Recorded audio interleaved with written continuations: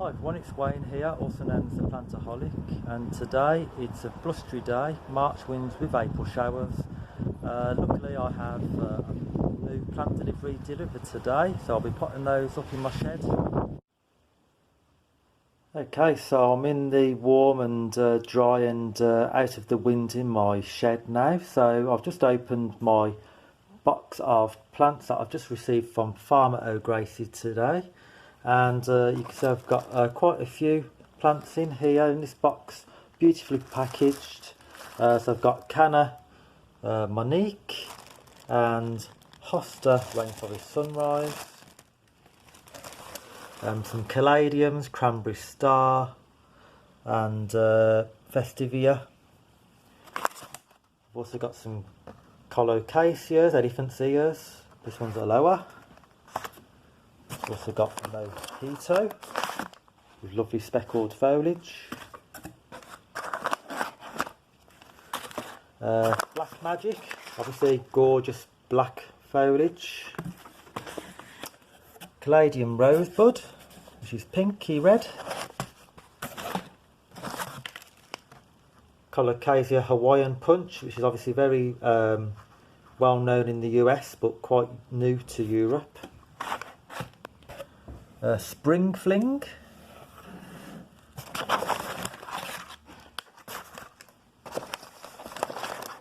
this is the white one, White Queen.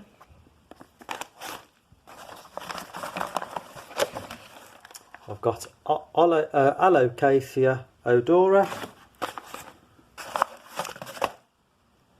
Caladium Gingerland, and finally a nerine-like plant, Alocasia radiata.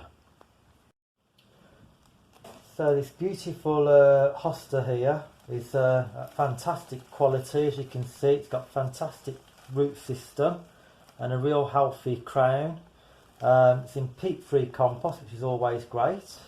So with this, what I'm going to do, I don't know how warm or cold it's been grown, and it's already starting to grow.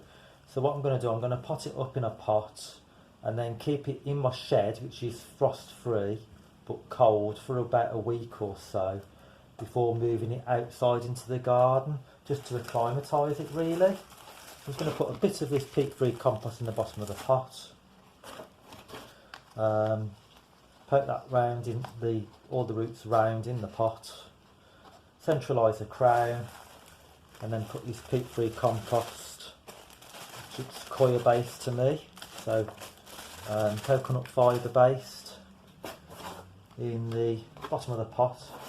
And then what I'm going to do, I'm going to have to make sure that the crown is like so, not buried too deeply, and obviously I'll just top this up with some multi-purpose compost. So one great tip for opening a bag of compost, if you haven't got scissors or secateurs to hand, you can use a plant label. It's surprising how sharp a plant label can be from the pointy end. So I'm just going to use that pointy end to slice that. You can see how fast that was. So I just top this up with the multi-purpose compost. I'm just going to fill it to the top, loose, and then firm it down. That way then we've got plenty of compost in the pot, so you get a good root system, but there's still room for water when you water. So obviously I'm going to label the plant now. I know a lot of people are coming away from plastic for good reason and going over to these wooden labels. I've tried them, I don't particularly like them because I find that even with using a pencil, it soon washes off and you can't read it. So unfortunately I'm not going to use them, but I'm going to use the well-trusted plastic labels, which will last for sometimes 30 years, which I think isn't bad at all. And I always reuse them, so I always use a rubber or a razor to rub out the old writing and just keep reusing them. So I'm always going to put the date on the top and the full name at the bottom. Okay, so I've done the plant label now, so I've put the date on the rounded end at the top and the full name underneath in pencil so that I can reuse the label. I find that ink runs or fade with UV light, even label markers.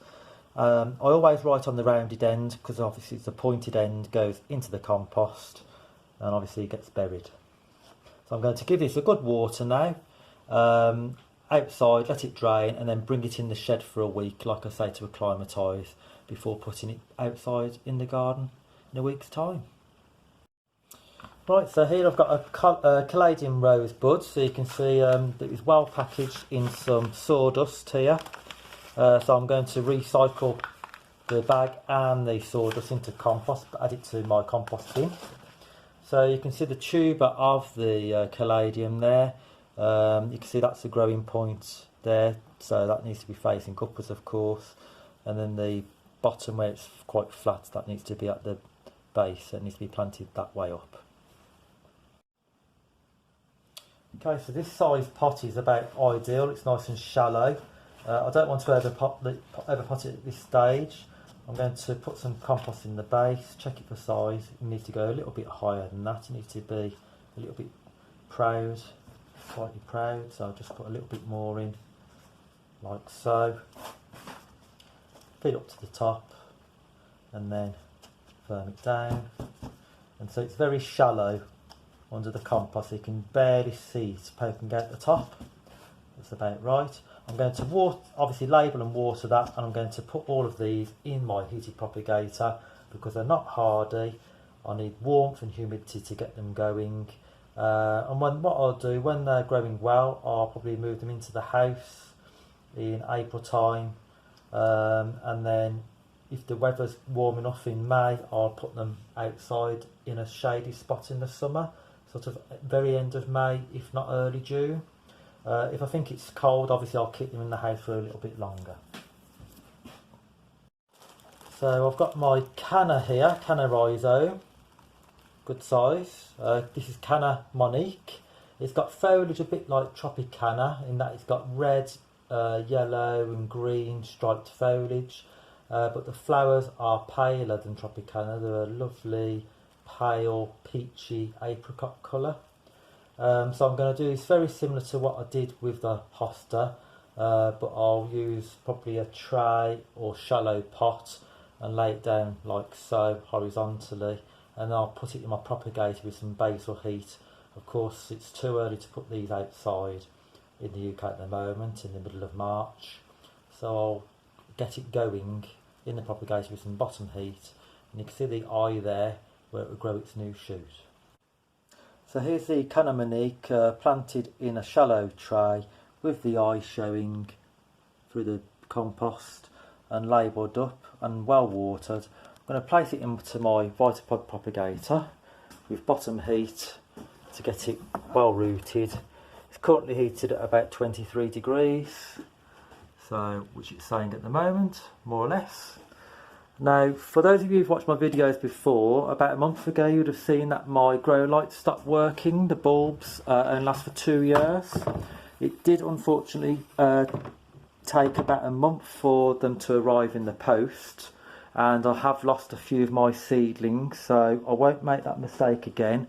What I'll actually do and what I recommend is, if you have one of these propagators, they're fantastic, but every year just order some 2 bulbs and have them in stock in the shed somewhere safe, so that if the bulbs do finish working after 2 years or so, then you've got a backup ready to hand.